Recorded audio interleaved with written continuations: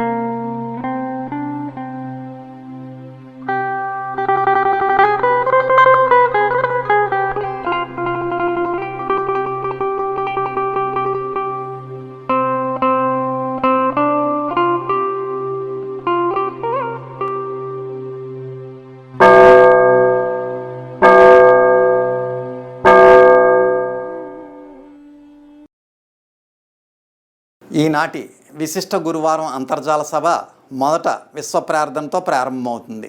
అంతా లేచి నిలబడి ప్రార్థనలో పాల్గొనండి. ప్రార్థన అనంతరం తిరిగి కూర్చుని శ్రద్ధాభక్తులతో తదుపరి సభా కార్యక్రమంలో నిమగ్నం అవ్వండి. ఇప్పుడు ప్రార్థన.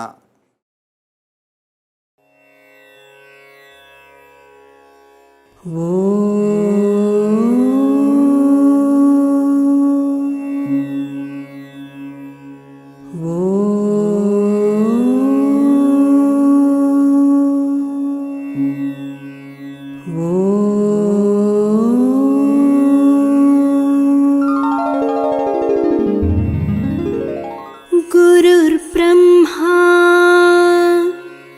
गुरुर्विष्णुः गुरुर्देवो महेश्वरः गुरु साक्षात् परब्रह्मा तस्मै श्री गुरवे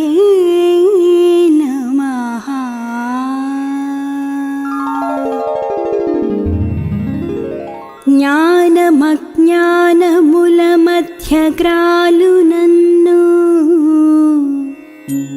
అన్నపానాలకయ్యంగలార్చు నన్ను బహుళ తాపత్రయంబులబడయు నన్ను దుఃఖచితికింధనంబునై దొరలు నన్ను ఎటులగాచెదో నీలోన నెటుల చేర్చుకొందువో దేవా నేను నీయందే భారమాని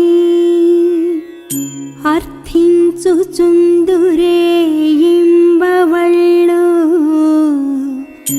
నిన్నే వీక్షించుచుందునే తిన్ను కన్ను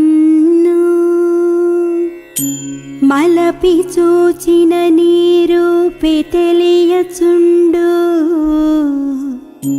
నిలిచి కాంచిన నీ కాంతి వెలుగుచుండు పిలిచి చూచిన నీ పేరే పలుకుచుండు నీవే సకలంబు నీయందే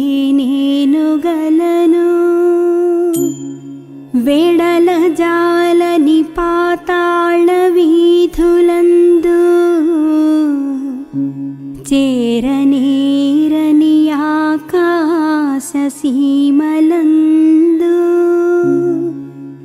ప్రాకనోపని జలధి గర్భములయందు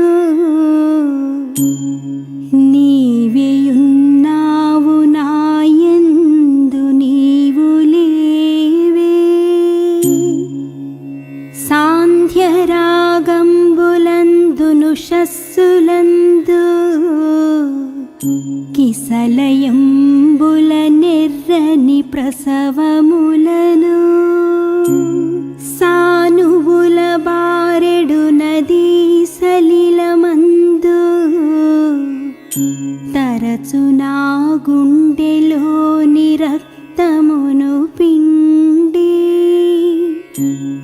పూత పూసితివాలేద పుడమి నన్ను బెట్టు కష్టాలు నీ లెక్క బెట్టు నిడలా ఏది విశ్రాంతి నీ ధ్యానమే సమాధి ఏది అవధి నీ పూజయభీష్ట సిద్ధి వేరు గత్యంతరము లేదు వెదుకరాదు శాంతి గీతాలు పాడు శకుంతలములు ప్రకృతి సతిరిక్కలను తలంబ్రాలు జల్లు నగములు గిలేచి నీ మహోన్నతికి మృక్కు ఎల్లలోకాలు నీ ఇండులేను నీదు పాద సేవకునైననే పనికిరానే వెరచి కాపాడు మనుట కక్కరకురానే చూడు మీ నన్ననుటకు నోచుకొనలేదే రమ్ము నాలో వసింపు మాలస్యమేలా రమ్ము నా ఎట్ట ఎదుటకు హ్యమ్ములేలా రే పనునది లేనే లేదు లేదు తండ్రి. ఓం ఈశ్వర, నీవు అనంతుడవు, అనుపమానుడవు. ఆకాశము వలె నిండి గాలి వలె వ్యాపించి భూమి వలె చరాచర భూతకోటిని మోయుచున్నాడవు. సూర్యుని వలె జగజ్జాలములను వెలిగించుచున్నాడవు. నీకంటే ఘనులుగాని పూజ్యులుగాని పవిత్రులుగాని ఎవ్వరునూ లేరు. ఓ స్వామి, నీ మహిమ, నీ శక్తి, నీ వైశాల్యము, నీ లోతు, నీ సర్వజ్ఞత్వము తెలిసిన వారెవరునూ లేరు. నీవు సృష్టి స్థితి లయములకు మూలమై జ్ఞాన అజ్ఞానములు కలిమిలేములు ఘనాధికములు బంధమోక్షములకతీతమైన నీ నిజతేజము ఎల్ల మానవ జీవకోటికిని ఆధారభూతమై ప్రకాశించుచున్నది. ఓ స్వామి, నిన్ను నమ్మినవారు నశించరు. నిన్ను ధ్యానించువారికి దుఃఖములు లేవు. నిన్ను మనస్సులో నుంచి వారికి భయము లేదు. మేము పామరులము, దీనులము, నీవే దిక్కని నమ్మియున్న భక్తులము. మా భారము కర్ణధారుని వలె నీపై వేసికొని మమ్ము మాయలయందును పాపములయందును హింసలయందును పోనీయక నీ తత్ప్రతిపాదకంబైన మహావిశ్వమునందు సర్వదా నిలిపి నీ దయయను సర్వసేచనమున మమ్ము పునరుద్ధరించి మా కష్టములను దీర్చి మా అజ్ఞానమనే చీకటిని తొలగించి మా పొరపాట్లు మన్నించి మమ్ము అన్ని విధాలా కాపాడి సంరక్షింపుము తండ్రి. నీవు కరుణాళుడవు, దయాళుడవు, దీన రక్షకుడవు, దేవాధిదేవుడవు, సచ్చిదానంద స్వరూపుడవు, ఈశ్వరుడవు. నీకు మా నమస్సులగునుగాక. నమస్తే నమస్తే నమస్తే నమః. ఓం శాంతి శాంతి శాంతి.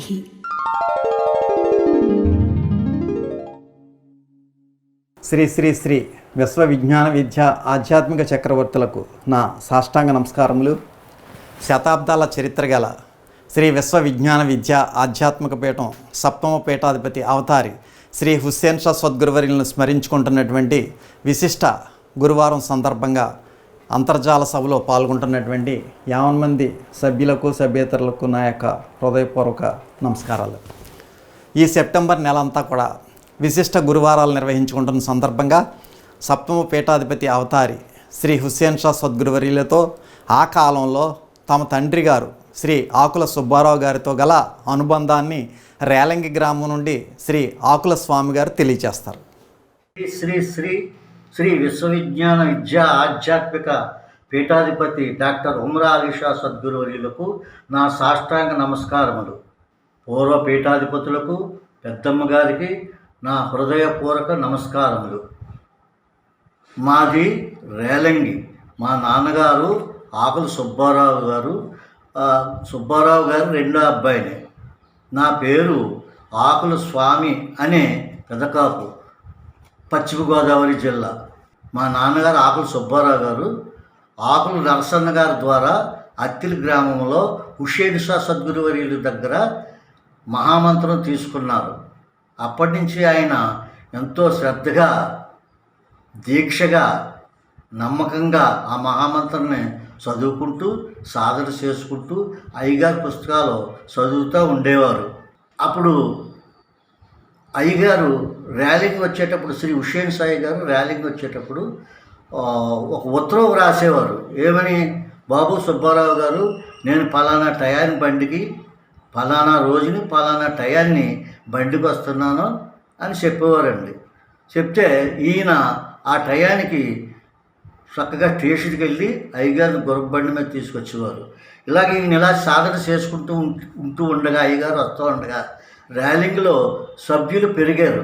ఆ తర్వాత ఆయన ఉత్తరం రాసినప్పుడు ఆ ముందు రోజే సభ్యులందరికీ అయ్యగారు పలానా టయాన్ని వస్తున్నారో బాబు అని చెప్పి స్టేషన్కి వెళ్ళి అయ్యగారిని తీసుకొచ్చేవారు. ఆ వేళకి అక్కడ సభ జరిగింది ర్యాలింగ్లో. ఆ సాయంత్రం మా ఇంటి వద్ద అయ్యగారు రెస్ట్ తీసుకుని ఉదయాన్నే, అప్పుడు కాలినడకే అండి, ఉదయాన్నే ర్యాలింగ్ దగ్గరగా ఉన్న గ్రామాలు అయ్యగారు నాన్నగారు నడిచి వెళ్ళేవారు. సోమరాజులిందుపూరు, జుత్తికి, మల్లిపూడి, రామేశ్వరం. అక్కడ సభలు అయిన తర్వాత పెనుమంట రాజుల ఇంటికి వెళ్ళేవారు. రాజుల ఇంటికి వెళ్ళిన తర్వాత అక్కడ సభ అయిన తర్వాత, బాబు సుబ్బారావు గారు మీరు ఇంటికి వెళ్ళండి, నేను ఇక్కడ సభ అయ్యాక పిఠాపురం వెళ్ళిపోతాను బండి మీద అని చెప్పేవారు. అలాగే ఈయన చేసేవారు. ఇంటికి వచ్చాక మరలా ఈ సాధన చేసుకుంటూ ఆ పుస్తకాలు మధ్య మధ్యగా చదువుకుంటూ హాయిగా ఆనందంగా రాగాలతోటి పైకి గట్టిగా పాడేవారు. అందరూ వచ్చి బాబు సుబ్బారావు గారు మీ అయ్యగారి గురించి ఏదంటే చెప్తూ ఉండండి బాబు, వస్తూ ఉంటానని అనేవారు. అలాగే ర్యాలింగ్ గ్రామంలో సభ్యులు పెరిగారండి. తర్వాత అయ్యగారు నాన్నగారు నడిచి వెళ్ళేటప్పుడు, బాబు సుబ్బారావు గారు పిల్లలు ఆరోగ్యంగా ఉన్నారా, చదువుకుంటున్నారా అని మంచి చెడ్డ కష్టం సుఖం అడిగేవారు. ఆ కష్టం సుఖం విన్నాక, బాబు బాగుంటుంది బాబు, కంగారు పడకండి అని స్వామి ఆయన కష్టం సుఖం కూడా ఈయన చెప్పేవారు. ఎంచేత అవి తెలుసు, అవి ఇట్టు ఈయనకి ధైర్యం వస్తుందని అవి స్వామి కూడా వారి కష్టం సుఖం చెప్పేవారు. అలా నడుచుకుంటూ వెళ్ళేటప్పుడు, బాబు మీకు ఏం చేస్తున్నారు మీరంటే, బాబు నేను ఇలాగ వ్యవసాయం చేసుకుంటాను, ఖాళీగా ఉన్నప్పుడు ఏమిటి మామూలుగా కూరగాయలు ఏమిటి వీలుగా ఉంటాయి, ఫ్రూట్స్ అమ్ముతూ ఉంటానండి అనేవారు. అంటే అప్పుడు అలాగా బాబు అంటే వ్యవసాయం ఏం చేశారు ఇప్పుడు ఈ సంవత్సరం అంటే, నేను ఎప్పుడు అట్టితోట ఎత్తటండి, అది మెరక సరిగ్గా ఈయనక గాలిదుమ్ములు వస్తున్నాయి అంటే మార్చి కాడిసి ఏనక మొదలెడుతుంది, ఏప్రిల్ మే గాలిదుమ్ములు వచ్చాయి కదండి, తోటలన్నీ పడిపోయి అందరూ లెక్క పెట్టి ఆ టయాన్నే వేసేవారు. ఎప్పుడు లాస్ వచ్చింది, భూమి సొంతమైన లాస్ వచ్చింది, ఇబ్బందిగా ఉండేది అని చెప్పేవారు. బాబు అలాగా అయితే మీరు ఈ సంవత్సరం ఒక పని చేయండి, మీరు అట్టి తోట మనం ఈ 3 రోజుల పర్యటన అయ్యాక మీరు ఇంటికి వెళ్ళాక అట్టి తోట తలభాగం అంతా కూడా నరికేయండి అని చెప్పడం జరిగింది స్వామి. ఈయన అలాగే అయ్యగారు చెప్పినట్టుగానే వచ్చి ఆ సభ అయ్యాక వచ్చి ఆ మన్నాడు ఈ తోట మొత్తం తలభాగంతో నరికేయటం, ఆ చుట్టూ ఉన్న రైతులు ఏమయ్యా సుబ్బారావు ఇదేంటి బాగుంటుంది తోట ఇంక ఈడికి వచ్చిటాయని నరికేశావు అంటే మా గురువుగారు చెప్పారు అని చేత నరికేస్తానంటే, ఒకవేళ ఆయన ఏదో చెప్పారనుకో మీరు నరికితే మరి పలసాయానికి వచ్చింది పోతుంది కదా అని హేళన చేయటం జరిగింది. తర్వాత మర్నాడు పెద్ద గాలివాన తుఫాను పట్టి మొత్తం మిగిలిన తోటలన్నీ కూడా నేలని అంటేసింది. మన తోట మాత్రం అలాగ చక్కగా నిలబడి ఉంది. అది ఒక నెల సుమారుకి పుంజుకుని ఆకులు వేసి ఏంటో మొదలెట్టింది. ఎక్కడ అట్టిగేళ్ళు లేవు. లేకపోతే మనకి రెండోసారి తలకొట్టడం వల్లనే కొంచెం కొరసగా గెల్లేసి అవి కూడా మంచి డబ్బులు వచ్చింది, ఆదాయం బాగుంది. ఈయన ఎంతో సంతోషించి పిఠాపురం వెళ్ళి అయ్యగారు బాబు ఇలా జరిగింది, ఇలా చేశారు మీరు చెప్పినట్టే అంటే ఆయన పకాలను నవ్వుకుని అలాగా బాబు ఇంకా బాగుంటుందయ్యా మీకు అని చెప్పడం జరిగింది. ఇక్కడ వీళ్ళు కూడాను మీ గురువుగారు ఎంత గొప్పవారు, ఆయన చెప్పడానికి నువ్వు ధైర్యంగా నరకటానికి సరిపోయింది, బాగుందయ్యా మీ గురువుగారు చాలా గొప్పవారు అని చుట్టూ ఉన్న రైతులు కూడా ఆశ్చర్యపడ్డారు. సరే ఇలాగ ఇబ్బందులు ఇలాగ ఉంటూనే ఉన్నాయి, మీరు ఏం కంగారు పడకండి బాబు బాగుంటుంది అని అయ్యగారు వీటితో అనటం. తర్వాత ఈ హుస్సేన్ సాయి గారు కూడాను కృష్ణంపాలెం నుంచి శాస్త్రయ్య గారు అని ఈ పర్యటనకు కూడా వచ్చేవారు శాస్త్రయ్య గారు. అప్పుడు అయ్యగారికి నమస్కారం చేసుకుంటూ ఆయనకు కూడా నమస్కారం చేసుకునేవాళ్ళం. అయ్యగారు ఈ మన పరిస్థితి శాస్త్రయ్య గారికి తెలుసు కదా, బాబు అయ్యగారండి సుబ్బారావు గారు కొంచెం ఆర్థికంగా ఇబ్బంది పడుతున్నారు, మరి మీరు ఏదన్నా చూడాలంటే అదేంటయ్యా సుబ్బారావు భూస్వామి అని నవ్వారు. నవ్వితే ఇంక అప్పటి నుంచి ఆయన ఆశీర్వాదం ఆ రూపంలో ఇచ్చేది కానించి మనకి దినదినాభివృద్ధిగా ఆ రూపాయి అలా రావటం, సంవత్సరాలు అందంగా జరగటం, ఈ మహామంత్రం తీసుకున్న కానించి వీడికి ఈ తేడా కనపడటం, ఏ మాట చెప్తా చాలా జాగ్రత్తగా సహనంగా ఓర్పుగా చెప్పడం జరిగేది. అయ్యగారి విషయం గురించి ఒక పద్యం పడి దానికి అర్థం చెప్పటం, వాళ్ళు ఆకర్షితులై మీ గురుగారు వచ్చినప్పుడు మమ్మల్ని కేకేయండి అంటాం, అలా చేసేవారండి. అలాగే పెరిగింది సభ కూడా. తర్వాత ప్రతి సంవత్సరం పిఠాపురం వెళ్ళేటప్పుడు నాన్న అమ్మ నన్ను కూడా తీసుకెళ్ళేవారు. అప్పుడు నాకు కనీసం 9-10 సంవత్సరాలు ఉంటాయండి. ప్రతి సంవత్సరం వెళ్ళేవాడిని, అక్కడ ఉపన్యాసాలన్నీ వినేవాడిని. తర్వాత ఒక సంవత్సరం రెండో రోజు సభ జరిగేటప్పుడు పెద్ద మబ్బు, రెండో రోజు సభ మధ్యాహ్నం సభ జరిగేటప్పుడు పెద్ద మబ్బు, గాలి దుమారం కింద లేచిపోతే ఆ పందిరి వేసుకునేవాడు అంటే ఆ పందిరి మీద ఆకులు కూడా చెదిరిపోయినాయి. అప్పుడు స్వామి అని అందరూ అయ్యగారికి తలిస్తే, ఆ బాబు కంగారు పడకండి బాబు స్వామి రక్షిస్తారని ఆయన తలపాగా చుట్టుకుని ఆకాశం పైకి చూస్తూ ఆయన ఏదో సాధన చేసేటట్టున్నారు. అంతే చుట్టూరు వర్షం. మన అయ్యగారు సభ ప్రాంగణం అంతా కూడా ఒక సుక్క లేదండి. అప్పుడు సభ్యులందరూ కూడా సంతోషించారు. అయ్యగారు మంచి బాగా చేశారు, మనకి ఈరోజు వేస్ట్ అయిపోతుంది అనుకున్నాం, హాయిగా సభ విన్నామని అందరూ సంతోషించారండి. ఆ 3 రోజుల సభలు బాగానే జరిగినాయి. అప్పుడు దేవదారు అయ్యగారు తయారు చేసేవారు. మాకు ఆర్థికంగా ఉంది కదా అని స్వామికి తెలుసు కదా, చెప్పారు కదా. ఈయన అయ్యగారు మా నాన్నగారికి ఒక మహామంత్రం అంటే ఎవరికన్నా ఏదన్నా డిసీజెస్, రోగాలు, గాలిపేడలో ఈ మంత్రాలు అయ్యి ఉంటాయి చూడండి, తేలికుట్టిన జరుగుట్టిన పాము కరిచిన అట్లకి స్వామి ఈయనకి ఒక మహామంత్రం ఇచ్చారు. ఏంటి, తావిదేస్తాం, తాళ్ళు కట్టడం, దూడకు కూడా పాలు ఇవ్వకపోయిన విభూది ఈ తాళ్ళు ఇవ్వటం జరిగేది. ఆయన పిఠాపురం నుంచి వచ్చేటప్పుడు ఒక కొండలో దేవదారు వేసి, బాబు ఇది సర్వరోగ నివారణ, ఏ రోగానికైనా సరే ఇది మందు, అనుపానం వేసి ఇస్తే తగ్గిపోద్ది, స్వామి ఆశీర్వాదం వల్లనే ఆ మందు ఇచ్చేవారండి. ఈయన మనకి ఏమంటే మరి రేపటి బియ్యం లేవని మా అమ్మగారు అంటే, అలాగే బాబు స్వామి ఇస్తారు మనకు అనేవారు. ఆ సాయంత్రం ఎవరో వచ్చి 4 తావిత్తులు ఇమ్మని, దోళ్ళకి తాళ్ళమ్మని, సటిపిల్లలు తాళ్ళమ్మని, బాబు దేవదారు ఉందా ఏటా తెచ్చేవారు కదా అంటే ఆ దేవదారు కూడా ఇచ్చేవారు. అది సిద్ధ సీసా 75 పైసలు, 3 అంగుళాలు సీసా ఉంటుంది, అది ఒక ₹1.50. ఇలాగ ఏదోటి మనకు 10 రూపాయలు వచ్చినాగా లేవు రేపు అనుకునేటప్పటికి జరిగేది. ఆ 10 రూపాయలతోటి బాగా కొంచెం ఎదరికెళ్ళిపోయేది. ఇలా జరుగుతూ ఉండగా ఈయన వేసవకాలంలో ఈ చేను పని అంతమానం ఉండదు కదండి. చక్కగా ఈయన విడి చెట్లు, మామిడి చెట్లు కొనుక్కుని వాటిని కోసి సంతకు పట్టుకెళ్ళి అమ్మటం, అలా చేయటం, ఎక్కడన్నా తోటలు ఉంటాయి పంటలు, అలా చేస్తూ ఉండేవారు. అలా చేయటంలో రాజమండ్రి దగ్గర కడియంలో మామిడి తోట కొన్నారు. అది దగ్గర ఈ మాసులు చేసి ఎక్కడన్నా సేల్స్ చేసి పని అంతా అయ్యేవాడికి ఒక 20 రోజులు పట్టింది. ఆ తోటలో నాన్నగారు పడుకుని ఆ 20 రోజులు కాలక్షేపం చేసి ఇంటికి వచ్చేవారు. అప్పుడు ఈయన ఒకసారి పడుకుని ఉండగా అక్కడ తోటలో ఒక మహా ఆకారం, పెద్ద ఆకారం దగ్గరికి వచ్చి నుంచుంటే అది చూశారు. ఈయన చూసి స్వామిని తలుచుకుని మహామంత్రాన్ని చదివితే అదృశ్యం అయిపోయింది. మన్నాడు కూడా అలాగే వచ్చింది. మన్నాడు అలాగే వస్తే అలాగే మహామంత్రం చదువుతున్నారు. అది అదృశ్యం అయిపోయి తేలి కింద వచ్చి కుట్టింది. బొట్టేలు పక్కన వెళ్ళివి కొడితే ఈయన మహామంత్రం చదువుకుంటూ ఈ చేతి వేలుతో సవరసేస్తూ ఉంటే అది పకాళించి నవ్వి చుట్ట ఎర్రగా కాల్చి చుట్ట దాని మీద పెట్టింది. తగ్గిపోయాక ఆ ఆకారం ఏమందంటే, మీ గురువు చాలా గొప్పవారు, అంత నువ్వు ప్రాణాలతోటి ఇంటికి వెళ్తున్నావు, లేకపోతే నీ పని అయిపోయిన బాబు అని అంటే అప్పుడు అది అలాగనే వెళ్ళిపోయిందండి. ఈయనకి సుబ్బారావు గారికి ఇది మంట కూడా తగ్గింది. ఆ మన్నాడు ఇంటికి వచ్చేసారు. అదొక గండం గడిచిందండి.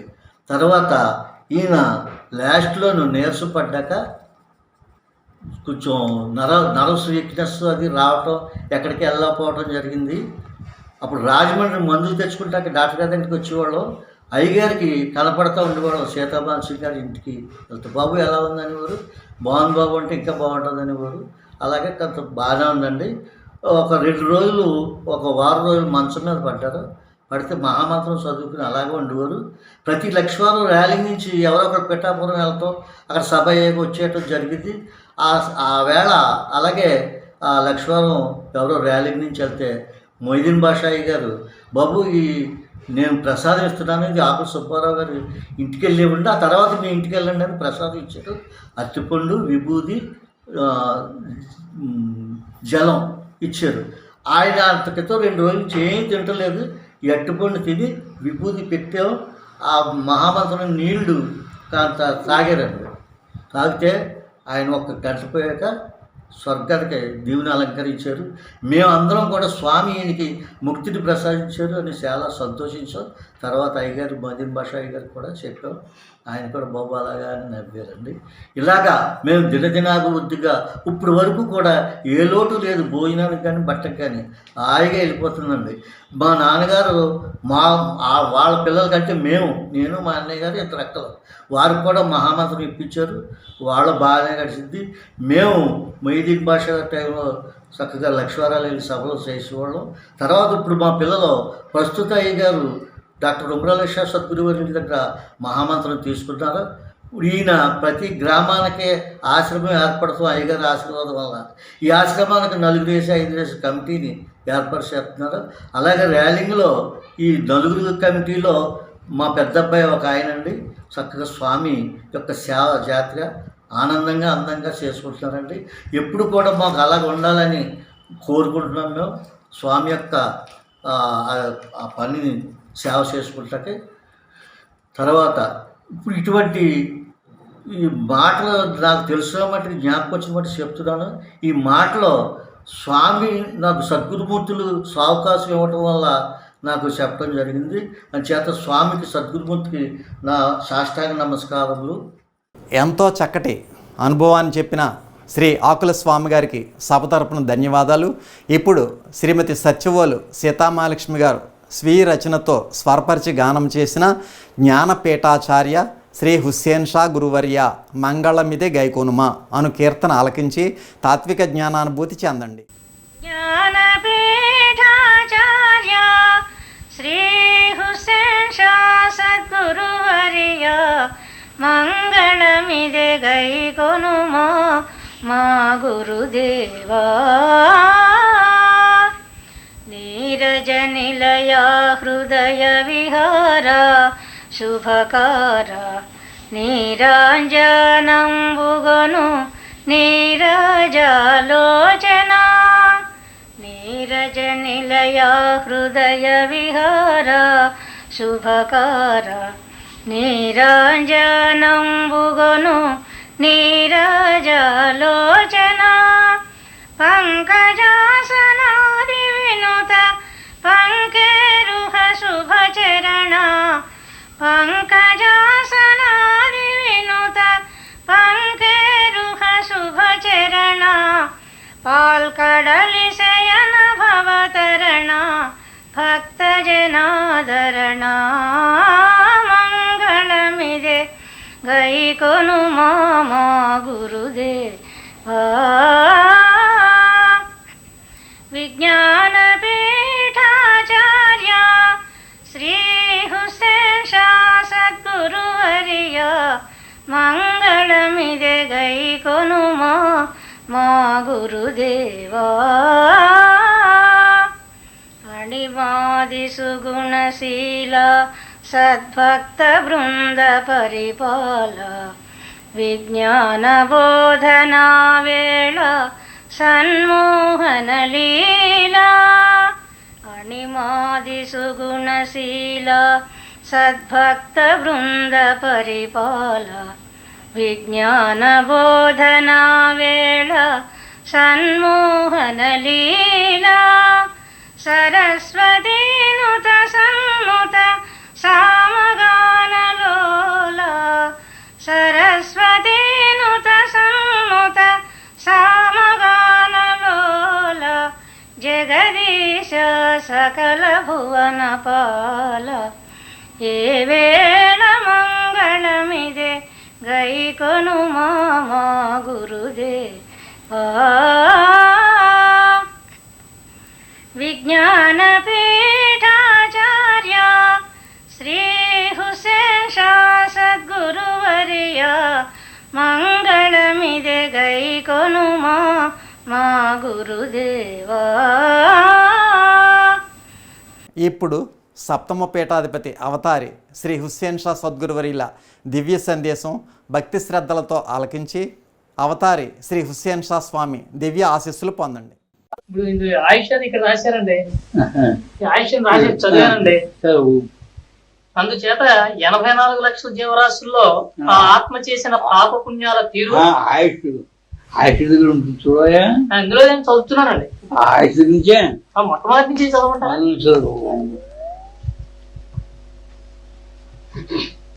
ఆయుష్ సృష్టిలో వచ్చిన ప్రతి జీవి చైతన్య రూపంలో మనుగడ సాగించు విధానంలో జరిగిపో కాలాన్ని సాగించి అంత్యకాలానికి సమసిపోవడం సాధ్యమైన విషయంగా సాగుతున్న విషయం మన గమనికలో లేకపోలేదు. ఆ కాలానికి ఆయుష్ అని మనము పేర్కొంటున్నాం.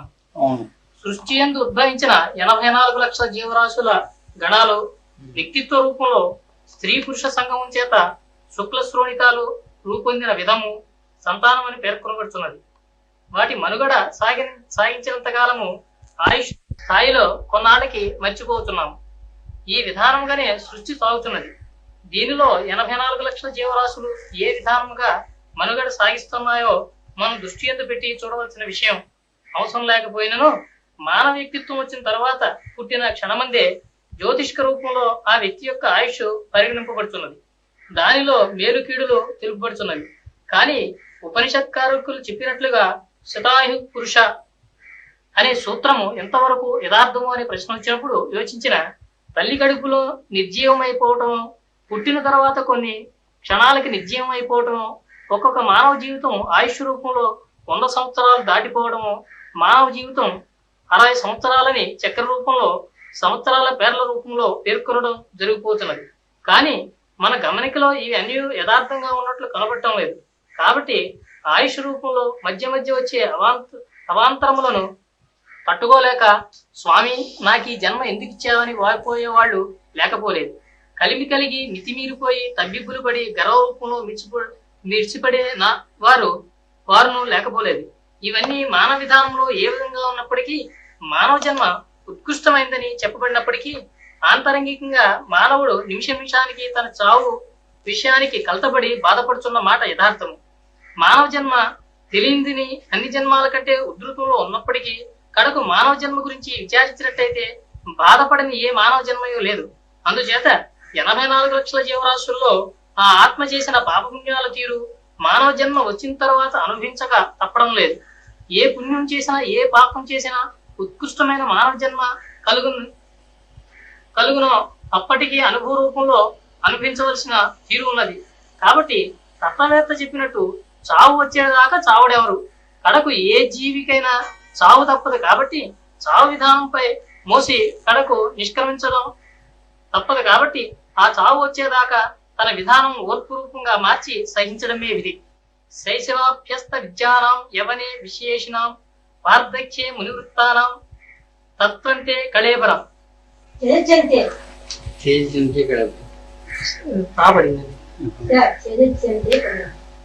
బాల్యమనే కాలము విద్యాభ్యాసంలోను, ఆ తరువాత కాలము యవనంగా మారినప్పుడు సంసార రూపమైన విషయంలోను, 60 సంవత్సరములు దాటిన తర్వాత వార్ధక్య రూపంలో ముని రూపంలోను, ఆ తర్వాత చావు ఎప్పుడు వస్తే అప్పుడు కళేబరాన్ని విడిచిపెట్టే విషయం సహజంగా ఉన్నది. మరి ఇక్కడ మామూలు ఇక్కడ ఒకటి డౌట్ వస్తుందండి.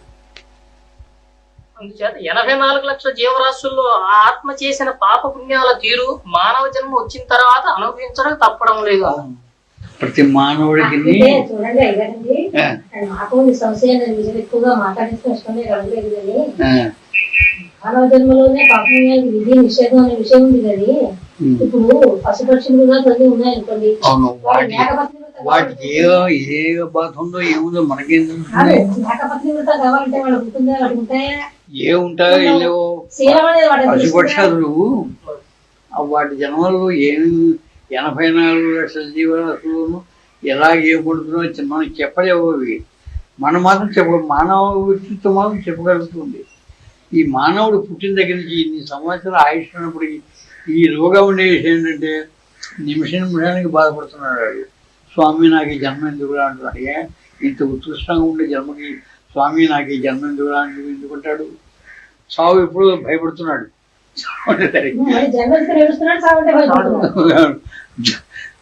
జన్మలో చేసినటువంటి పాపపుణ్యాలు తెలియకపోయినప్పటికీ ఆ ఆత్మకు తెలుసు కాబట్టి ఆ అనుభవ రూపంలో వచ్చే విషయంగా అది అనుభవించి స్వామి నాకు ఈ జన్మ ఎందుకు ఇచ్చేవనేటువంటి మాట తప్పడం లేదు. అంచేత మానవుడికి ఉంది కాబట్టి మానవుడు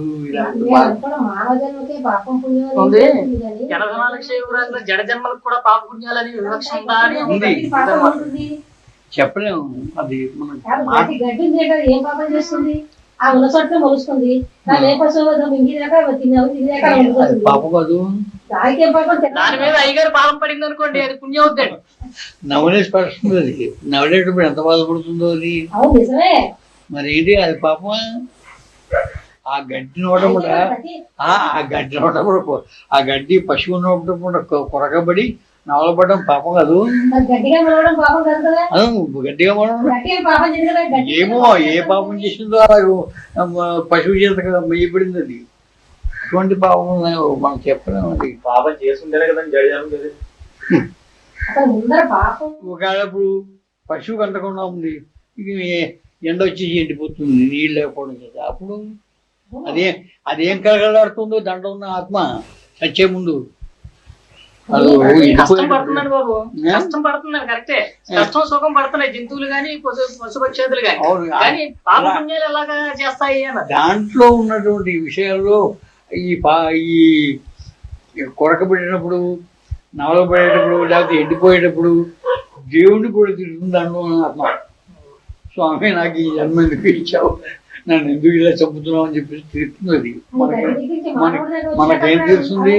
మానవుడు వచ్చి తిట్టిన తర్వాత తెలుస్తుంది. ఏది రామదాసు దేవుడిని తిట్టినట్టుగా రాజావు చెడ్డవాడు ఆ బాధపడలేక ఎవడబ్బా సుమ్మని తిట్టాడండి. అవును, అలాగా ప్రతి మానవుడు తిట్టుకుంటాడు. ప్రతి జీవి ఏదో బాధలో తిట్టుకుంటాడు. ఆ చేసినటువంటి పాప పుణ్యాల్లో ఉండేటటువంటి విషయం ఆ ఆత్మ అనేది అనుభవించి ఉంటుంది కదా. మరి మానవ వ్యక్తితో వచ్చిన తర్వాత పరిణామం వచ్చేదాకా కూడా పరిణామం వస్తే కానీ మానవుడు కాదు. అదే కదా రాకముందా ఉన్నప్పుడు మానవుడుగా ఉన్నప్పుడు వాడి కష్టం వచ్చినప్పుడు దేవుని తిట్టాడు. ఎప్పుడో మహాత్ముడు ఎవడో పరిణామం వచ్చిన వాడు తిట్టాడు కానీ మనకెందుకు బాబు చేసినప్పుడు పాప చాలా అనుకుంటాడు. కానీ అజ్ఞానిగా ఉన్నవాడు తిట్టని తిట్టాడు. అనే విషయానికి అది అంత ఎక్కువ ప్రాధాన్యత ఇవ్వలేదు. మానవ జన్మ కర్మకి ఎక్కువ ఇచ్చేది కానీ వాటిలో కర్మ చేస్తాయనండి. పుణ్యం పాపం ఇప్పుడు చెట్టు ఉంది అనుకోండి, ఏం చేస్తుంది పాపం. పాపం కానీ పుణ్యం చేయడానికి మళ్ళాంటి గారు నేడేస్తున్నారు కూడా, అది పుణ్యం అవుతుందండి? పళ్ళు ఇస్తుందండి, పుణ్యం అవుతుందండి? ఇప్పుడు మనకిలాగా మానవులాగానే దాంట్లో ఉండే ఆత్మ వ్యసనంలో ఎంత కష్టపడి తహతా పడ్డాక ఏమవుతుందో మనకు తెలుసుదా? అంటే ఆత్మ తెలుసు. ఆత్మ తిట్టడం అదేంటి అక్కడ, ఆత్మ తిట్టడం తిట్టకపోవడం అనమాట అండి. ఆ తిట్టడం పాపం అవుతుంది. అదే అంటే అక్కడ క్లారిఫికేషన్ అది. తిట్టిన ఆ చెట్టు యొక్క ఆకులు రాలిపోతాయి. తోటాకల చెట్టు ఎంత ఆనందిస్తుంది, చెట్టు రాలిపోయేటప్పుడు స్వామి ఈ ఆకులు రాలిపోతాయని చెట్టు ఆత్మ యొక్క పరిణామం వచ్చిందో లేదు. మానవ రూపం వచ్చిన తర్వాత మా ఆత్మ పరిణామం మానవ పరిజ్ఞానం రూపం తెలుసుకుంటుంది. అప్పుడు తిట్టినాడు తిట్లు ఇప్పుడు ఇప్పుడు కొద్ది క్షణాలలో పూజ్య పీఠాధిపతి విశ్వవిజ్ఞాని డాక్టర్ ఉండాలి షా సద్గురువర్యుల దివ్య సందేశం ప్రసారం అవుతుంది. పూర్తి లక్ష్యంతో ఆలకించి తాత్విక దివ్యానుభూతి పొందండి.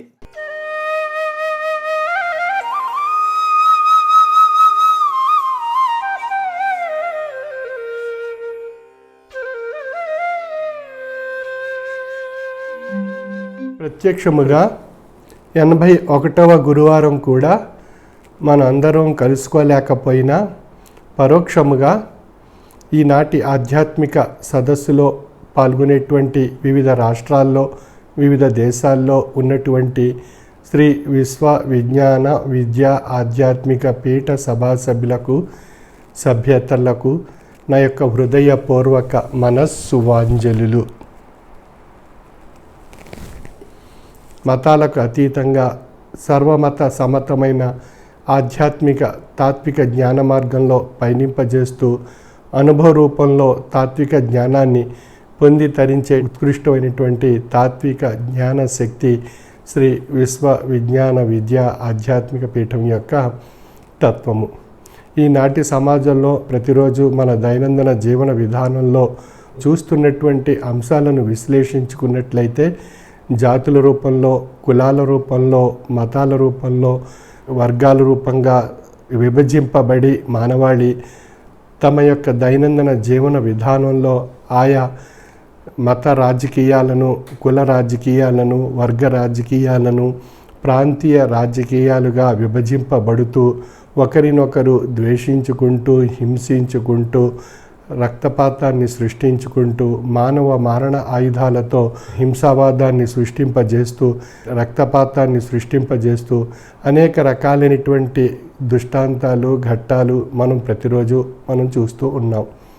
మరి వీటన్నిటికీ కారణం ఏది అని విశ్లేషించుకున్నట్లయితే మనలో ఆధ్యాత్మిక భావం లోపించటం, ఓర్పు లేకపోవటం, సహనం కోల్పోవటం, మానవతా విలువలు తరిగిపోవటం, ఆధ్యాత్మిక విధానం లోపించటం ఇత్యాది విషయాల చేత మన దైనందిన జీవన విధానంలో అనేక రకాలైన అసాంఘికమైనటువంటి అంశాలు, దృష్టాంతాలు మనం చూస్తున్నాం. ఇవన్నీ జరిగేటువంటి విషయాలకు కారణభూతమైనటువంటి విధానం ఏది అని మనం ఒక్కసారి విశ్లేషించుకున్నట్లయితే మన మానవ మేధాశక్తి చేత మనకు తెలియబడేటువంటి విషయం, మనం చేస్తున్నటువంటి విషయం తప్పు అనేటువంటి విషయం ఆధ్యాత్మిక తాత్విక పరిజ్ఞానం ద్వారా మనం నిర్ణయించుకోవచ్చు. అంచేత భగవంతుడు ప్రసాదించినటువంటి ఈ ఉత్కృష్టమైనటువంటి మానవ జన్మను మనం సార్థక్యం చేసుకోవటానికి మనం చేయవలసినటువంటి కర్తవ్యం ఆధ్యాత్మిక తాత్విక జ్ఞాన దృష్టితో ఆలోచించగలిగినట్లయితే మనలో సహనము, ఓర్పు అనేటువంటి లక్షణాలు ఉత్పన్నం కాబడతాయి. తద్వారా మనం చేసేటువంటి కార్యక్రమం యందు మానసికంగా ఓర్పు సహనంతో ఉన్నటువంటి మనస్సు ద్వారా మేధాశక్తితో విశ్లేషింపజేసుకుని మనం ఏ పని చేయొచ్చు, ఏ పని చేయకూడదు, దేనివల్ల ఎవరికి నష్టం, మనకు నష్టమా, సమాజానికి నష్టమా, ఎవరికి ఏ విధంగా ఇబ్బందులు, సంక్షోభాలు ఏర్పడేటువంటి అవకాశాలు ఉన్నాయి అనేటువంటి విశ్లేషణ మనకు తెలియబడుతుంది. తద్వారా మనం నిర్ణయించుకున్నటువంటి విషయాన్ని ఆధారంగా తీసుకొని మనం తగు జాగ్రత్తలతో ఆయా కార్యకలాపాలు నిర్వర్తించగలిగినట్లయితే మన యొక్క సమస్యలు సమాజంలో ఏర్పడకుండా మనం తగు నిర్ణయాలతో చక్కని జీవన సంస్కారం మానవాళి సామాజిక వ్యవస్థలో ఏర్పడేటువంటి అవకాశం కలుగుతుంది. ఈ విషయాన్ని మనం గమనించాలి, ఈ విషయాన్ని తెలుసుకోవాలి అన్నట్లయితే మనకు భగవంతుడు ప్రసాదించినటువంటి మేధాశక్తిని తాత్విక జ్ఞానంతో ఆలోచింపచేయగలిగినట్లయితే మనకు సరైనటువంటి విశ్లేషణ ఏర్పడుతుంది. మతముల తోడ వారి మతమర్మములను గల ధర్మ కర్మ సంగతముల తోడ మాకు పనిగలగదు. జ్ఞాన యోగ దీక్షలన్ మతి గడించినట్టి వారి పవిత్ర జీవిత పతిథిని తెలుపు తాత్విక సభా సదనంబిది అభ్యసింపగన్ అని చెప్తున్నారు సూఫీ తాత్వికులు ఉమర్ అలీ షా వారు సూఫీ వేదాంత దర్శనం అనేటువంటి గ్రంథంలో. ఈ గ్రంథంలో ఉండేటువంటి విషయాన్ని విశ్లేషించుకున్నప్పుడు మతాలతో కానీ మతతత్వాలతో కానీ సంబంధం లేకుండా భక్తి విశ్వాసము లక్ష్యము తాత్విక జ్ఞానము చేత మనలో ఉండేటువంటి జీవాత్మ పరమాత్మ స్వరూపిగా పరిణామం చెందేటువంటి స్థితిని పొంది తరించేటువంటి మార్గాన్ని తాత్విక జ్ఞాన లక్ష్యం చేత పొంది తరించగలిగినప్పుడు ఆ యొక్క జీవాత్మే పరమాత్మ స్వరూపము అనేటువంటి విషయం మన అనుభవంలో నిర్ధారణ కాబడుతుంది అనేటువంటి విషయాన్ని సూఫీ తత్వంలో ఉమర్ అలీ షా సద్గురువర్యులు ప్రసాదించినటువంటి అంశము ఈ సందర్భంగా విశ్లేషించుకున్నప్పుడు మనకు తెలియబడుతుంది. ప్రతి మతం కూడా మానవత్వాన్ని సూచిస్తుంది. ప్రతి మతం కూడా మానవత్వంలో ఈశ్వరత్వాన్ని తరించేటువంటి తాత్విక జ్ఞాన మార్గాన్ని ప్రసాదింపచేస్తున్నాయి. అంచేత మతాలను రాజకీయంగా అన్వయింపజేసుకుని మత రాజకీయాలు మన యొక్క జీవన వ్యవస్థలో ఆచరించినట్లయితే కలిగేటువంటి దుష్పరిణామాలు సమాజంలో అనేక రకాలైనటువంటి సమస్యలకు సంక్షోభాలకు కారణం కాబడుతున్నాయి. ఈ విషయాన్ని మనం గమనించాలి. ప్రతి మతం కూడా మానవత్వపు విలువలతో ఈశ్వర తత్వ పరిణామాన్ని తెలుసుకుంటూ ఏది మంచి ఏది చెడు అనేటువంటి విచక్షణా జ్ఞానము కలిగి మత స్వరూపమైనటువంటి మహోన్నతమైనటువంటి ఆ తాత్వికులు యోగులు జ్ఞానులు అవతారులు ప్రవక్తలు ప్రభువులు ప్రసాదించినటువంటి తాత్విక జ్ఞానామృతాన్ని మనం అర్థం చేసుకొని ఆ అవగాహన చేసుకొని ఆచరించగలిగినట్లయితే ప్రతి మతం కూడా మానవత్వపు విలువలతో కూడినటువంటి ఈశ్వరత్వాన్ని తెలియజేస్తూ మన యొక్క మనుగడలో చక్కని ఆహ్లాదకరమైనటువంటి సంతోషకరమైనటువంటి ఆనందకరమైనటువంటి సుఖప్రదమైనటువంటి జీవన మనుగడ సాగించేటువంటి విధానాన్ని ఆ యొక్క మత స్వరూపమైనటువంటి అంశాలు ఆయా ప్రవక్తలు శ్రీకృష్ణ భగవాని నోట శ్రీరామచంద్రమూర్తి వారి నోట ప్రవక్త వారు ప్రభువారు బుద్ధుడు మహావీరులు వారు ప్రసాదించినటువంటి ఈ తాత్విక జ్ఞానామృతాన్ని మనం గ్రహించి ఆచరించగలిగినట్లయితే సర్వమత ధర్మాల యందు ప్రసాదింపబడినటువంటి అంశము ఒక్కటే, ఈశ్వరత్వం ఒక్కటే, మానవత్వం ఒక్కటే. అంచేత మనందరూ మానవ స్వరూపమైనటువంటి జ్ఞాన స్వరూపమైనటువంటి జన్మ కలిగినటువంటి విధానంలో మనం మనుగడ సాగిస్తున్నటువంటి ఈ తరుణంలో మనం ఆలోచించేటువంటి విధానంలో ఉండేటువంటి మార్పు వల్ల మనం బుద్ధిని వక్రీకరింపజేసుకుంటున్నాం. ఆ బుద్ధి వక్రీకరింపబడుట చేత మనం ఆ యొక్క మత స్వరూపమైనటువంటి అంశాలను అవగాహన చేసుకోలేక మనం దాన్ని ఆ మత స్వరూపమైనటువంటి అంశాలను వక్రీకరింపజేసుకుంటున్నాం. ఆ వక్రీకరింపబడినటువంటి అంశాలు మనలో మానసిక ఉద్రేకాలకు కారణం కాబడుతున్నాయి. ఆ మానసిక ఉద్రేకాల వల్ల అనేక రకాలైనటువంటి సామాజిక సంక్షోభాలు ఏర్పడి ఒకరినొకరు మనం ద్వేషించుకుంటూ హింసించుకుంటూ మారణ ఆయుధాలతో తీవ్రమైనటువంటి నష్టాన్ని సమాజంలో కలిగేటువంటి పరిస్థితులు కారణం కాబడుచున్నాం. మరి ఈ విషయాలన్నీ మనం గమనించగలిగినట్లయితే ప్రతి మతం మంచిని మానవత్వాన్ని ఈశ్వరత్వాన్ని తరించేటువంటి మార్గాన్ని సూచిస్తున్నప్పటికీ మనకు అది అవగాహన కాకపోవడానికి కారణం మన మానసికంగా మనం వక్రీకరింపబడినటువంటి నిర్ణయాల చేత ఆయా సంక్షోభాలు మనలో ఏర్పడుతున్నాయి. కాబట్టి ఈ విషయాన్ని మనం మత స్వరూపమైనటువంటి విషయాల యందు రాజకీయ వ్యవస్థ ఏర్పడకుండా మత స్వరూపమైనటువంటి అంశాలు ఒక పవిత్రమైనటువంటి అంశంగా భావించి మనం ఆ మత స్వరూపమైనటువంటి విషయాలను పవిత్రమైనటువంటి మానసిక విశ్వాసంతో మనం ఆచరించి అందులో ఉండేటువంటి విషయాలను మనం గ్రహించి ఆచరించేటువంటి విధానంగా ఆయా మత ధర్మాల్లో ప్రసాదించినటువంటి అంశాలను మనం మన యొక్క దైనందిన జీవన విధానంలో మనం ఆచరించగలిగినట్లయితే ఎన్నో చక్కని జీవిత సత్యాలను మనం గ్రహించి ధరించేటువంటి అవకాశం మనకు కలుగుతుంది. ఎంతో అమోఘమైనటువంటి మన మేధాశక్తిని మనం సక్రమైనటువంటి మార్గంలో మనం సద్వినియోగపరుచుకోగలిగినట్లయితే కలిగేటువంటి సదాలోచనల వల్ల చక్కని సామాజిక వ్యవస్థ ఏర్పడి ఆ సామాజిక వ్యవస్థలో మనందరూ ఒక భగవత్ స్వరూపమైనటువంటి అంశ యొక్క స్వరూపంగా ఉన్నటువంటి జన్మగా మనం భావించి మనం మనుగడ సాగించగలిగినట్లయితే మనం ఎంతో మహోన్నతమైనటువంటి అద్భుతమైనటువంటి శక్తి భగవత్ కృప ద్వారా పొంది తరించే అవకాశం మనకు కలుగుతుంది.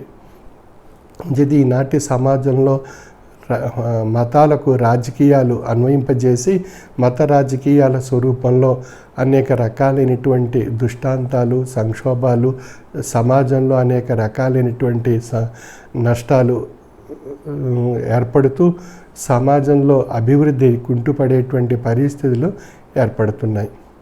కనుక మతం వేరు రాజకీయం వేరు అనేటువంటి విధానంలో మనం ఆలోచించగలిగినట్లయితే మనకు మహోన్నతమైనటువంటి ఆధ్యాత్మిక తాత్విక జ్ఞానశక్తి ఆ మత స్వరూపమైనటువంటి ప్రవక్తలు అవతారులు తాత్వికులు ప్రభువులు యోగులు ప్రసాదించినటువంటి ఆయా అంశాలన్నీ కూడా క్షుణ్ణంగా మనం ఆలోచించి విశ్లేషించుకోగలిగేటువంటి ఈ శక్తి తాత్విక జ్ఞానశక్తి మనలో ఏర్పడుతుంది.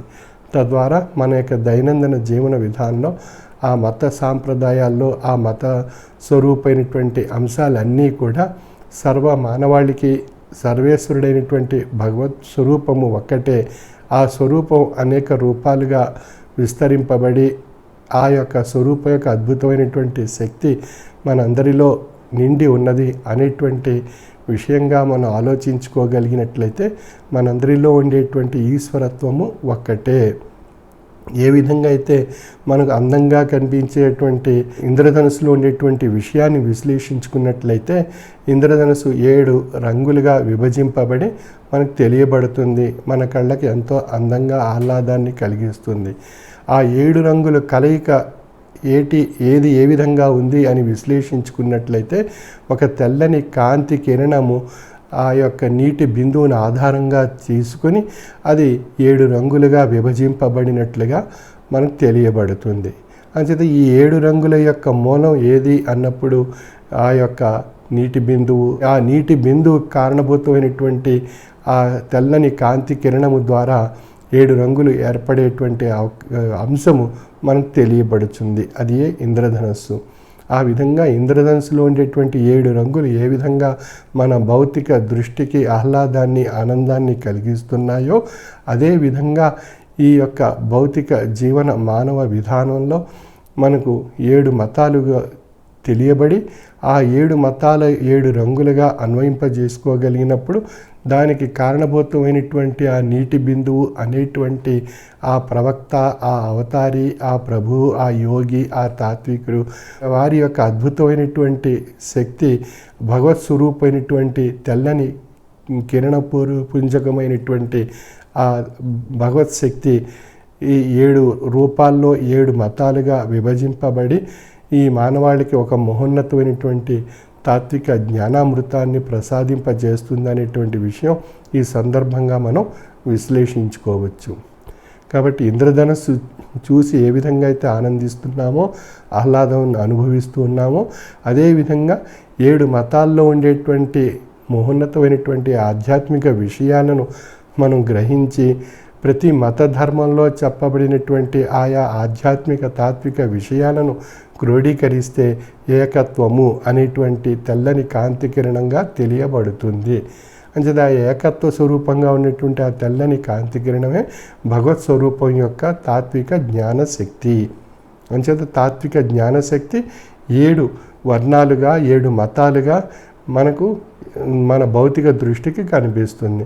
కాబట్టి ఈ 7 మత ధర్మాల్లో ఉండేటువంటి తాత్విక జ్ఞానామృతాన్ని మనం ఏకత్వ స్వరూపమైనటువంటి ఆలోచన చేయగలిగినట్లయితే మనందరిలో కూడా ఉన్నటువంటి ఆ భగవత్ స్వరూపం, ఆ తాత్విక జ్ఞాన స్వరూపంగా ఉండేటువంటి ఆ మత స్వరూపంలో ప్రసాదింపబడినటువంటి తాత్విక జ్ఞానశక్తి ఒక్కటే.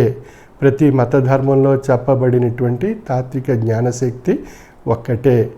ఆ తాత్విక జ్ఞానశక్తిని అన్నిటినీ క్రోడీకరిస్తే భగవత్ స్వరూపమైనటువంటి వాక్ సందేశంగా ఉండేటువంటి అద్భుతమైనటువంటి శక్తి తెల్లని కాంతి కిరణంగా మనకు తెలియబడుతుంది. కాబట్టి ఆ తెల్లని కాంతి కిరణము 7 మత ధర్మాలుగా అన్వయింపజేసుకుని ఇంద్రధనుస్సుగా వర్ణింపజేసుకోగలిగినట్లయితే మనలో ఏకత్వం అనేటువంటి స్థితి ఏర్పడుతుంది. కాబట్టి భిన్నత్వం నుండి ఏకత్వం అనేటువంటి స్థితికి మనం రాగలిగినప్పుడు మనలోనే ఈశ్వరత్వం తెలియబడుతుంది. ఆ ఈశ్వరత్వం భౌతిక విధానంలో మానవత్వ రూపంగా నిర్ణయింపబడి ఉంది. ఆ మానవత్వపు విలువలతో మనం మనుగడ సాగించగలిగినట్లయితే తాత్విక జ్ఞాన మార్గం ద్వారా మనలో ఉన్నటువంటి ఈశ్వరత్వం తెలియబడుతుంది. ఆ ఈశ్వరత్వం ప్రతి మానవుల్లో, ప్రతి మత ధర్మానికి సంబంధించినటువంటి ప్రతి మానవుల్లో కూడా ఉన్నటువంటి ఈశ్వరత్వం ఒక్కటే. ఆ ఈశ్వరత్వం ఒక్కటే అనేటువంటి విషయం భిన్నత్వ భావంగా ఉండేటువంటి మతాల నుండి ఏకత్వ భావంగా ఉండేటువంటి సర్వేశ్వరుడైనటువంటి మత స్వరూపమైనటువంటి ఆధ్యాత్మిక తాత్విక జ్ఞానశక్తి ఒక్కటే. ఆ ఒక్కటే అనేటువంటి ఆ భగవత్ స్వరూపం తనలోనే నిండి ఉన్నది. అది మానవత్వంగా భౌతిక విధానంలో తెలియబడుతుంది అనే విషయాన్ని తాను గ్రహించగలిగినట్లయితే తన యొక్క దైనందిన జీవన విధానంలో అన్ని మత ధర్మాల్లో ఉండేటువంటి తాత్విక జ్ఞానాన్ని తాను గ్రహించి తాను ఆ సర్వమత ధర్మాల యందు ఏకత్వ భావన కలిగినటువంటి మహోన్నతమైనటువంటి శక్తి తనలో ఏర్పడుతుంది. ఇందుకు మనం విశ్లేషించుకున్నప్పుడు మనందరిలో ఉండేటువంటి జీవాత్మ ఒక్కటే. జీవాత్మ అన్నప్పుడు శరీరతత్వము మానసిక తత్వంతో కలిసినటువంటి జీవము ఆత్మ ఆశ్రయింపబడి ఉండట చేత జీవాత్మ అని చెప్పబడుతుంది. కాబట్టి మనందరిలో కూడా శారీరక తత్వము, మానసిక తత్వము, ఆత్మతత్వము అనేటువంటి 3 అంశముల యొక్క కలయికే జీవాత్మ. కాబట్టి మనందరిలో ఉండేటువంటి జీవాత్మ ఒక్కటే. ఆ జీవాత్మలో నిగూఢంగా నిక్షిప్తంగా ఉన్నటువంటి అద్భుతమైనటువంటి శక్తి పరమాత్మ యొక్క శక్తి. అంచేత ఆ పరమాత్మ యొక్క శక్తి మనం తెలుసుకొని తరించడానికి కావలసినటువంటి అంశం ఏది అన్నప్పుడు తాత్విక జ్ఞానము. అంచేత ఆ తాత్విక జ్ఞానము చేత ఈ జీవాత్మలో ఉండేటువంటి అద్భుతమైనటువంటి పరమాత్మ యొక్క శక్తి మనం తెలుసుకోగలుగుతున్నాం. అంచేత ఆ జీవాత్మలో ఉండేటువంటి తాత్విక జ్ఞాన స్వరూపం చేత ఆ పరమాత్మ యొక్క శక్తిని తెలుసుకోవటానికే ఒక్క కాలంలో ఒక అవతారిగా శ్రీకృష్ణ భగవానిగా, శ్రీరామచంద్రమూర్తి వారిగా, ఒక ప్రవక్తగా, ఒక మహమ్మద్ వారిగా, ఒక ప్రభువుగా, ఒక క్రీస్తు వారిగా, ఒక బుద్ధ భగవానునిగా, ఒక జైన భగవానిగా, ఈ విధంగా ఆయా రూపాల్లో ఆయా భగవత్ స్వరూపం యొక్క అంశాలు ఆయా ధర్మాలతో, ఆయా మత స్వరూపమైనటువంటి తాత్విక జ్ఞాన స్వరూపమైనటువంటి అంశాలతో ఏర్పడి ఆ తాత్విక జ్ఞాన మార్గాన్ని వారి వారి మార్గాల్లో తెలియజేసి తనలో ఉన్న తన జీవాత్మను పరమాత్మ స్వరూపిగా మార్చేటువంటి ఒక అద్భుతమైనటువంటి శక్తి ప్రసాదింపబడింది. కాబట్టి అటువంటి అద్భుతమైనటువంటి శక్తి ప్రసాదింపబడినటువంటి తాత్విక జ్ఞాన స్వరూపానికి ఆయా రూపాలుగా ప్రవక్తల రూపంలో, అవతాల రూపంలో, తాత్వికుల రూపంలో, ప్రభువుల రూపంలో, యోగుల రూపంలో ఉన్నటువంటి వారందరి యొక్క మహోన్నతమైనటువంటి తత్వం యొక్క శక్తి, తాత్విక జ్ఞాన స్వరూపం యొక్క శక్తి ఒక్కటే. ఆ ఒక్కటే అనేటువంటి విషయమే ఈశ్వరత్వము అనేటువంటి మార్గాన్ని తెలియజేస్తుంది. అటువంటి ఈశ్వర స్వరూపమైనటువంటి తాత్విక జ్ఞాన మార్గాన్ని ప్రసాదించి తరింపజేసేటువంటి మతాంతరాలకు అతీతమైనటువంటి ఆధ్యాత్మిక తాత్విక జ్ఞానాన్ని, సర్వమత సమ్మతమైనటువంటి ఆధ్యాత్మిక తాత్విక జ్ఞానామృతాన్ని ఒక మానవ జన్మ నిఘంటువుగా ప్రసాదించి తరింపజేసినటువంటి అద్భుతమైనటువంటి గ్రంథము శాతత్వము.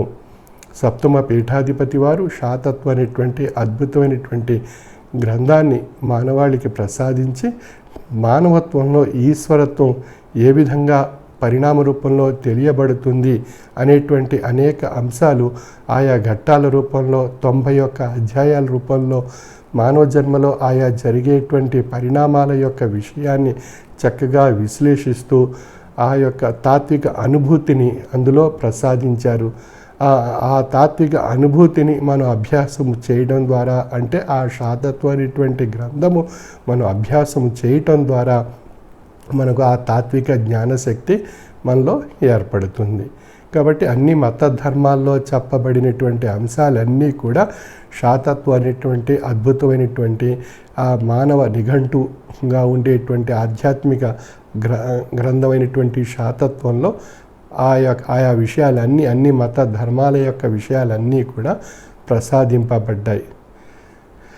కాబట్టి మనం ఆ యొక్క తాత్విక జ్ఞాన స్వరూపమైనటువంటి శాతత్వం అనేటువంటి గ్రంథాన్ని మనం అభ్యాసం చేయగలిగినట్లయితే జ్ఞాన సాధనలో, త్రయీ సాధనలో రెండో భాగమైనటువంటి జ్ఞాన సాధన ద్వారా మనం ప్రతిరోజు ఆ యొక్క శాతత్వ గ్రంథ పఠనము ద్వారా మనలో ఉన్నటువంటి జీవాత్మ తాత్విక జ్ఞానశక్తి చేత పరమాత్మ స్వరూపం యొక్క శక్తిగా ఏ విధంగా మనలో పరిణామం చెందేటువంటి స్థితి పొందవచ్చు అనేటువంటి అనుభూతి మనకు కలుగుతుంది.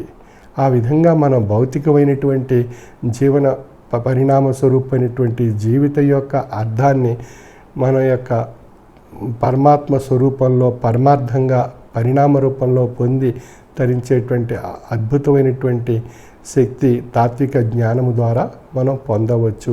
అంచేత ఆ తాత్విక జ్ఞానాన్ని ప్రతిరోజు మనం గ్రంథ పఠనము ద్వారా ఆ తాత్విక జ్ఞానశక్తి మనలో ఉత్పన్నం చేసుకోవచ్చు. అటువంటి అద్భుతమైనటువంటి శాతత్వం అనేటువంటి గ్రంథాన్ని సెప్టెంబర్ మాసంలో ప్రారంభించి సెప్టెంబర్ మాసంలో ఆ యొక్క గ్రంథాన్ని పూర్తి చేసి మనకు ప్రసాదించారు. 1967లో 9వ తేదీన ప్రారంభించి 1968 9వ తేదీన ఆ శాతత్వం అనేటువంటి భిన్నత్వం నుండి ఏకత్వ స్వరూపమైనటువంటి తాత్విక జ్ఞాన నిఘంటువును మనకు ప్రసాదించారు. కాబట్టి అటువంటి తాత్విక జ్ఞాన నిఘంటువును మనం ప్రతిరోజు మన యొక్క జీవన వ్యవస్థతో అన్వయింపజేసుకొని మనం ఆచరించగలిగినట్లయితే తాత్విక అనుభూతి మనందరిలో ఏర్పడుతుంది. ఆ తాత్విక అనుభూతి ద్వారా మన యొక్క మతధర్మం, ఇతర మత ధర్మాలు రెండింటిని సమన్వయపరుచుకుంటూ భిన్నత్వం నుండి ఏకత్వం భావం అనేటువంటి స్థితి మనలో ఏర్పరచుకుని మన యొక్క జీవన వ్యవస్థలో ఆ ఏకత్వ భావన స్వరూపమైనటువంటి తాత్విక ఆలోచన ద్వారా మానవత్వపు విలువలతో కూడినటువంటి మనుగడ సాగిస్తూ ఆ మానవత్వపు విలువల యొక్క అంత్య పరిణామంలో ఈశ్వరత్వాన్ని పొంది తరించేటువంటి అవకాశం ఏర్పడుతుంది. అదే మనలో ఉండేటువంటి జీవాత్మే మనలో పరమాత్మ స్వరూపిగా నిండి ఉన్నారు అనేటువంటి విషయం తెలియబడుతుంది. కాబట్టి మనలోనే పరమాత్మ స్వరూపం యొక్క ఈశ్వరత్వం జీవాత్మలో నిండి ఉన్నది. ఆ జీవాత్మ శారీరక తత్వము, మానసిక తత్వము, ఆత్మతత్వము అనేటువంటి 3 రూపాలుగా ఆ జీవాత్మలో ఆ యొక్క ఈశ్వరత్వం విస్తరింపబడి ఉంది అనేటువంటి విషయం నిర్ధారణ కాబడుతుంది. కాబట్టి ఈశ్వరత్వం ఎక్కడ ఉంది? శారీరక తత్వంలో ఉంది, మానసిక తత్వంలో ఉంది, ఆత్మతత్వంలో ఈశ్వరత్వం నిండి ఉన్నది అనేటువంటి విషయం తెలియపరచబడుతుంది. కాబట్టి మనలోనే ఈశ్వరత్వం యొక్క అద్భుతమైనటువంటి శక్తి తాత్విక జ్ఞానము ద్వారా తెలియబడుతుంది. అంచేత ఆ తాత్విక జ్ఞానాన్ని ప్రతిరోజు కొంత సమయం వెచ్చించి త్రయీ సాధన ద్వారా అభ్యాసం చేయగలిగినట్లయితే ఆ అద్భుతమైనటువంటి తాత్విక జ్ఞానశక్తి చేత మనలో ఉన్న జీవాత్మనే పరమాత్మ స్వరూపమైనటువంటి శక్తిగా తాత్విక జ్ఞాన దృష్టి ద్వారా, తాత్విక జ్ఞానశక్తి ద్వారా తెలుసుకుని తరించేటువంటి అవకాశం మనకు ఏర్పడుతుంది. అటువంటి అద్భుతమైనటువంటి శాతత్వం అనేటువంటి గ్రంథాన్ని మనకు ప్రసాదించి మనలో ఈశ్వరత్వాన్ని మేలుకొల్పి మనలో ఉండేటువంటి జీవాత్మను పరమాత్మ స్వరూపిగా తాత్విక జ్ఞాన దృష్టి చేత దర్శింపజేసేటువంటి అద్భుతమైనటువంటి శక్తి శాతత్వంలో అనుభవ రూపంలో నిరూపణ కాబడేటువంటి విషయంగా తెలియపరచబడుతుంది. ఈ విధంగా మన యొక్క దైనందిన జీవన విధానంలో సప్తమ పీఠాధిపతి హుసేన్ షా సద్గురువర్యులు వారు ఈ మహోన్నతమైనటువంటి భౌతిక జీవన విధానంలో 1905 సంవత్సరం 9వ తేదీన వారు ఒక మహోన్నతమైనటువంటి అద్భుతమైనటువంటి శక్తిగా ఆవిర్భవించి సప్తమ పీఠాధిపతిగా అంత్యమందు వారు 1981 సంవత్సరం సెప్టెంబర్ 24వ తేదీన ఆ దివ్యత్వాన్ని పొంది వారు అద్భుతమైనటువంటి శాతత్వానికి మానవ జీవ నిఘంటువును మనకు ప్రసాదించి తరింపజేశారు. మరి ఈ విధమైనటువంటి అద్భుతమైనటువంటి ఆ సప్తమ పీఠాధిపతి వారి యొక్క విశిష్ట గురువారాల్లో భాగంగా ఈ 5 గురువారాలు కూడా మనం ఈ చక్కని వారి యొక్క ఆధ్యాత్మిక తాత్విక జ్ఞాన స్వరూపమైనటువంటి విషయాలను ఆ గ్రంథంలో ఉండేటువంటి ఆయా అంశాలను ఈ సెప్టెంబర్ మాసంలో వివిధ మన సోదరులు సోదరీమణుల యొక్క అనుభవాల ద్వారా, తాత్విక జ్ఞాన ప్రసంగాల ద్వారా, సద్గురువర్యుల యొక్క తాత్విక జ్ఞాన ప్రసంగాల ద్వారా మనం గ్రహించి తరించేటువంటి అవకాశం మనందరికీ ప్రసాదింపబడింది. అటువంటి అవకాశాన్ని, కాలాన్ని ఈ పవిత్రమైనటువంటి సెప్టెంబరు మాసంలో మనందరం కూడా వారి యొక్క అద్భుతమైనటువంటి ఆశీస్సుని పొంది తరించేటువంటి గొప్ప అవకాశం మనం పొందగలిగాం. అటువంటి అవకాశాన్ని, కాలాన్ని సదా ఆ సద్గురువర్యులు ఆశీస్సు రూపంలో తాత్విక జ్ఞానం ద్వారా ప్రసాదించి తరింపజేసేటువంటి మహోన్నతమైనటువంటి లక్ష్యం మనలో ఏర్పరచుకొని భక్తితో, విశ్వాసంతో, తాత్విక జ్ఞానముతో మనం అర్థించినట్లయితే వారి యొక్క అద్భుతమైనటువంటి కృపా కటాక్ష వీక్షణాలు, సప్తమ పీఠాధిపతి వారి యొక్క కృపా కటాక్ష వీక్షణాలు మనందరిపై ప్రసాదింపబడతాయి. అటువంటి అవకాశాన్ని, కాలాన్ని సద్వినియోగపరుచుకొని సప్తమ పీఠాధిపతి వారి యొక్క ఆశీస్సులు పొంది విశిష్ట గురువారాల్లో భాగంగా ఈ మహోన్నతమైనటువంటి అవకాశాన్ని, అనుభూతిని పొంది తరించవలసిందిగా నా యొక్క మనవి. సర్వే జన సుఖినో భవంతు.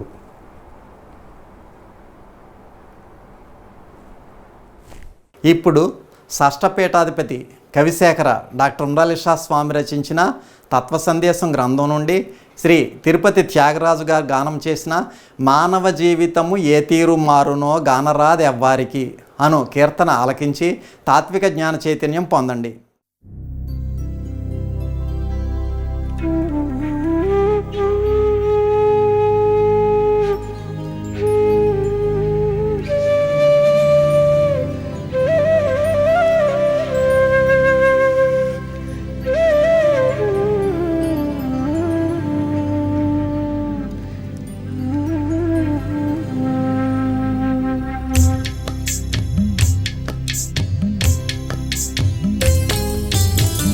మానవ జీవితము ఏ తీరు మారును గానరాదెవ్వారికి.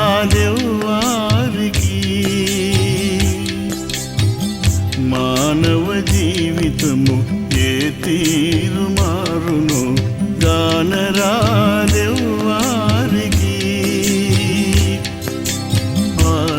ఆనందమొప్పారు అతిశయముల మీరు ఏనాడు పడిపోను. ఆనందమొప్పారు అతిశయముల మీరు ఏనాడు పడిపోను. మానవ జీవితము ఏ తీరు మారును గానరాదెవ్వారికి.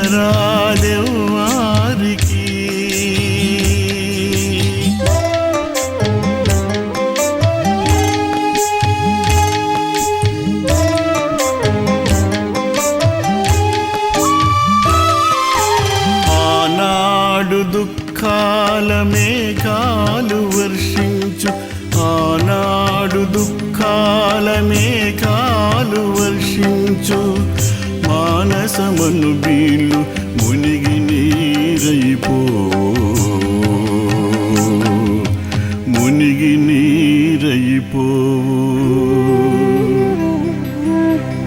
మానవ జీవితము ఏ తీరు మారును గానరాదెవ్వారికి.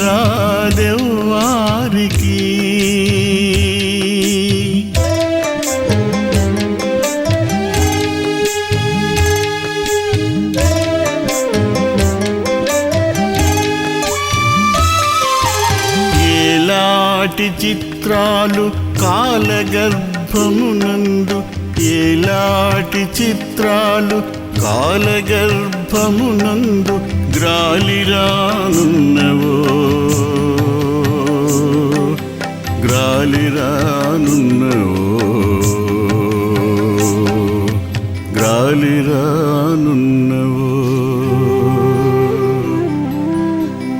మానవ జీవితము ఏ తీరు మారును గానరాదెవ్వారికి.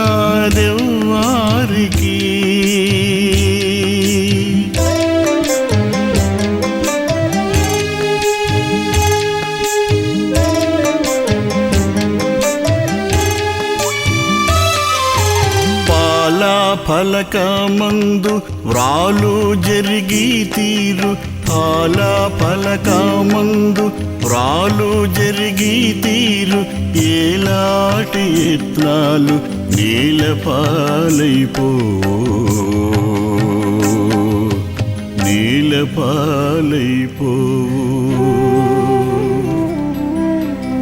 మానవ జీవితము ఏ తీరు మారును గానరాదెవ్వారికి.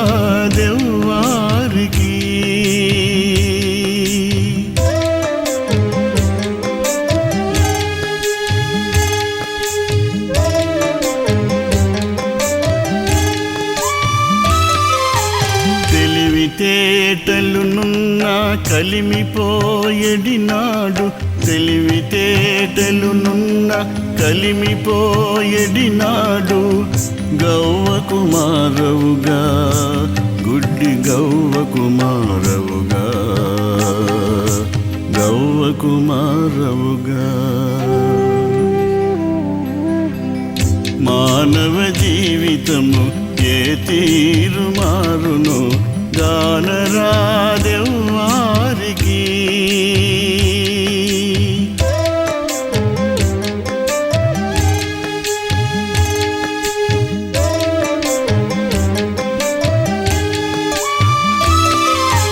కలుడని ఎనిపించు తులువాయని తిట్టించు, కలుడని ఎనిపించు తులువాయని తిట్టించు, నిలువెళ్ళగొట్టించు కలవంటిది బ్రతుకు, కలవంటిది బ్రతుకు. మానవ జీవితము ఏ తీరు మారును గానరాదెవ్వారికి.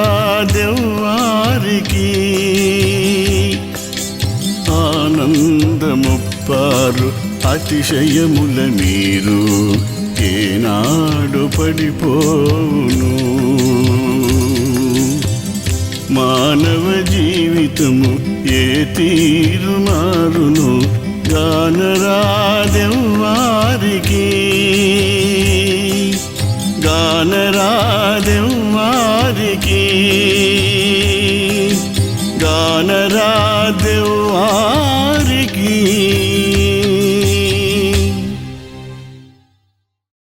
ఇప్పుడు హారతి.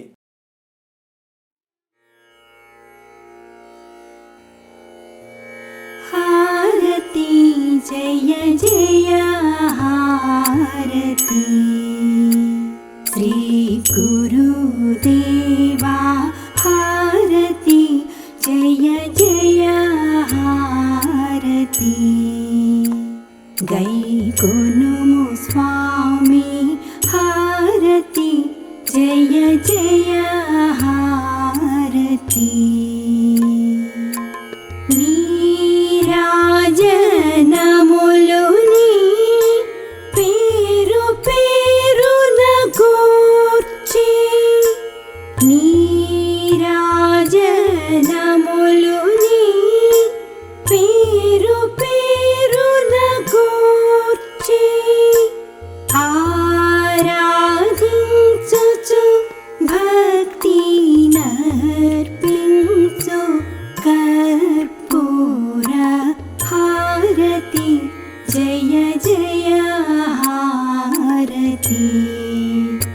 श्री गुरुदेवा हारति जय जय हारति गैकोनुमो स्वामी हारति जय जय हारति